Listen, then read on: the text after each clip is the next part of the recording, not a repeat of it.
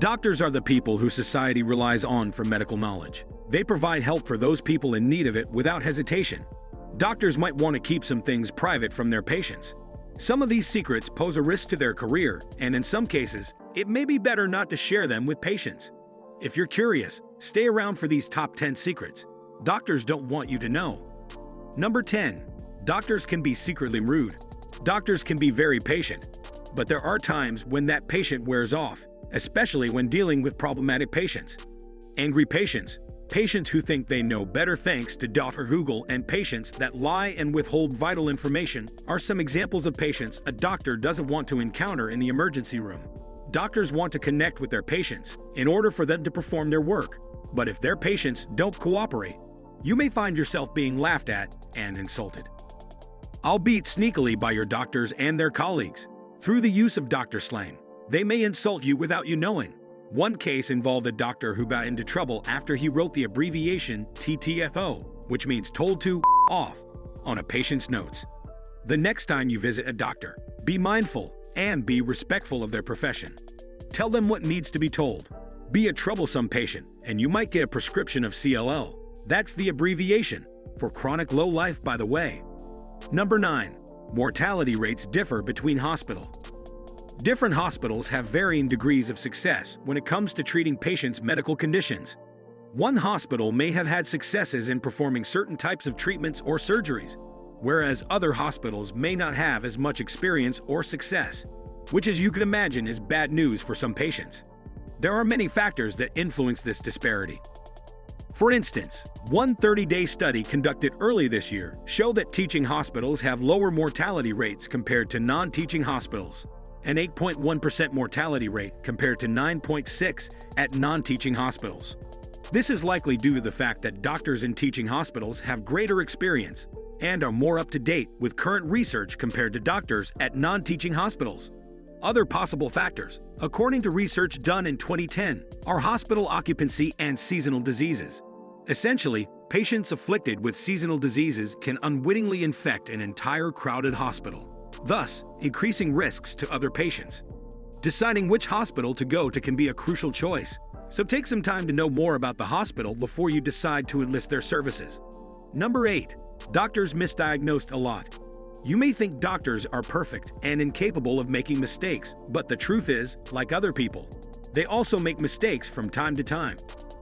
In a 2015 study done by the U.S. Institute of Medicine, almost 12 million Americans will receive an incorrect diagnosis once in their lifetime. A rather bleak statistic, considering that human lives are at stake. Another piece of research done this year stated that 20% of people with life-threatening conditions were diagnosed incorrectly. Understandably, it's extremely hard to pinpoint an exact diagnosis for every case, especially since there's tens of thousands of diseases and hundreds of symptoms to analyze. However, they are getting better at correctly assessing people's medical conditions. If you feel that you've been misdiagnosed, having a second opinion wouldn't hurt, especially if you're suffering from a life-threatening disease. In fact, most doctors would seek the assistance of their colleagues if they have trouble diagnosing their patients. Do not hesitate to seek another medical professional's help. It is for your own good after all. Number 7. Doctors are influenced by pharmaceutical companies. You may wonder why some doctors are especially pushy when it comes to prescribing brand-name drugs. If your doctor is one, chances are that he's being influenced by pharmaceutical companies. Research conducted in 2016 showed that for every payment to physicians that pharmaceutical companies spent, the median of which was $13 to each doctor, they could expect that doctor to prescribe their marketed medications for the next 3-month period. Gifts such as free trips abroad and/or other material things yield even better results, as doctors tend to then prescribe their medications for over a year longer. It's also worth mentioning that results from research carried out by pharmaceutical companies is easily manipulated, further influencing doctors into prescribing certain branded medications. This presents quite a risk to patients, as these medications may not be the best option available to them. Fortunately, most doctors will be willing to give patients cheaper generic medications, but only if they ask about it. If you want to cut down your medical expenses, be sure just to ask. Number 6. Hospitals have different prices for the same procedure. Unless you live in a country with universal healthcare, being aware of hospital fees is important. Surgeries and other forms of complex treatments can cost a lot of money. But did you know that different hospitals can offer drastically different rates for the same medical procedures?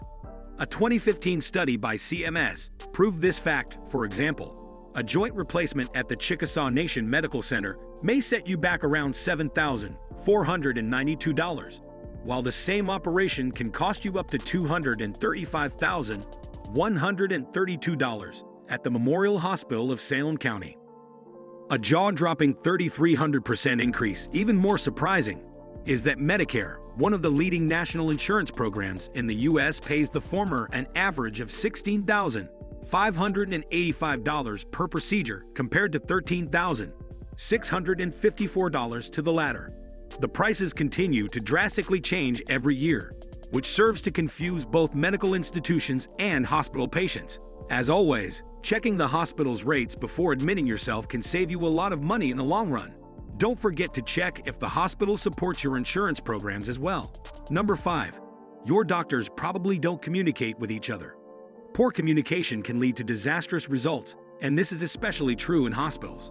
Most patients assume that all attending doctors already know about their medications and treatment plans given to them by their official doctor. After all, they work under one hospital, right? Unfortunately, this isn't true for most cases. Miscommunication happens all the time in hospitals, and it can be really deadly. One piece of research conducted in the U.S. from 2009 to 2013 showed that poor communication between doctors resulted in more than 1,700 deaths, accounting for 30% of malpractice claims, costing hospitals up to $1.7 billion in the process.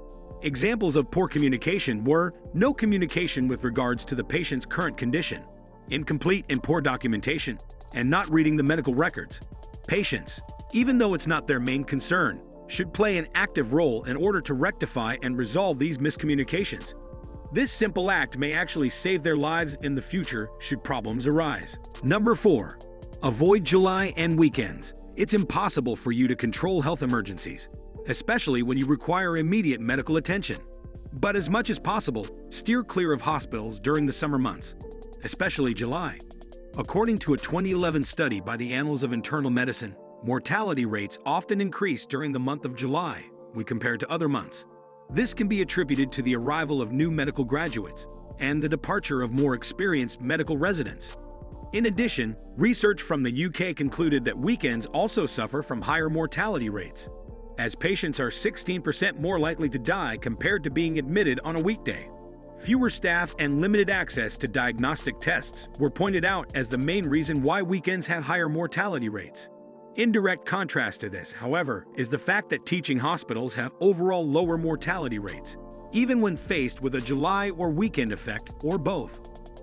This may be because, as mentioned before, more experienced medical residents oversee newly graduated students to assist them in their first day of treating real patients. Number 3. Doctors aren't rich. Most people view doctors as well off, being able to lead a life of luxury and extravagance. Truth is, they aren't. For starters, many accrue huge debts throughout their stay in medical school, not to mention that they have to pay for books and the medical apparatus that they will use. Once they graduate, they'll have to pay to become a medical resident at their chosen hospital. In the U.S., all of this adds up to about $300,000. After about 8 years, add 20 years interest to that, and you'll end up having to pay more than $600,000 in total to become a doctor. And once you attain your goal of becoming a doctor and paying off your debts, you'll have to pay an average of 28% federal tax per year. Not to mention that most doctors end up overspending in order to cater to their ones. To put it into perspective, by calculating income after loan debts and dividing that by lifetime hours worked, doctors make 3 cents less per hour than high school teachers over the course of their career. You may ask why doctors choose to stay as doctors if they can earn more money doing other jobs.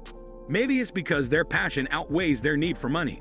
Otherwise, the smarter doctors would immediately pack up and search for another profession that can support a more lavish life. Number 2. Doctors tell white lies. Doctors have it tough. It is painful to see a patient's family break down in tears after telling them that their relative might succumb to their diseases. Nevertheless, doctors always offer hope in the form of white lies. Doctors employ many forms of white lies to consult their patients, starting with the most common life for child patients. This won't hurt a bit, which is often said before something that hurts a lot. There is also "you're making progress," which is a way for doctors to convey that there is hope for you if you follow through their treatment plan. The most heart-wrenching white lie to convey, however, is to tell that the patient will be all right when in truth the outcome is likely to be bleak.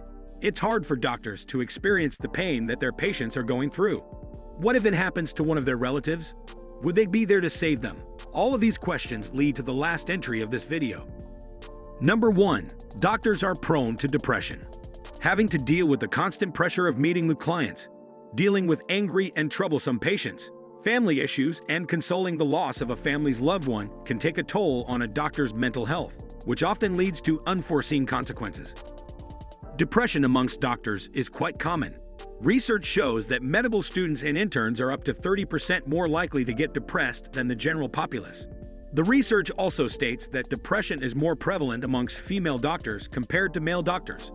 Depression is also linked to some cases of suicide amongst doctors, as depressed doctors are 3 to 5 times more likely to commit suicide compared to the general populace. Although they have a wide variety of treatment options, doctors choose not to treat themselves for fear of getting ridiculed by their colleagues. Independent research done by an MD stated that only 33% chose to pursue treatment, with the remaining choosing to take care of themselves through medication. While treating oneself may be an effective solution, pursuing an effective treatment plan produces better and fruitful results. Doctors are just as human as us. They're not infallible as most people portray them. The next time you pay a visit to your doctor, treat them with utmost respect and thank them for their selfless service to society. Let me know what you think of doctors by leaving a comment down below. Thanks for watching.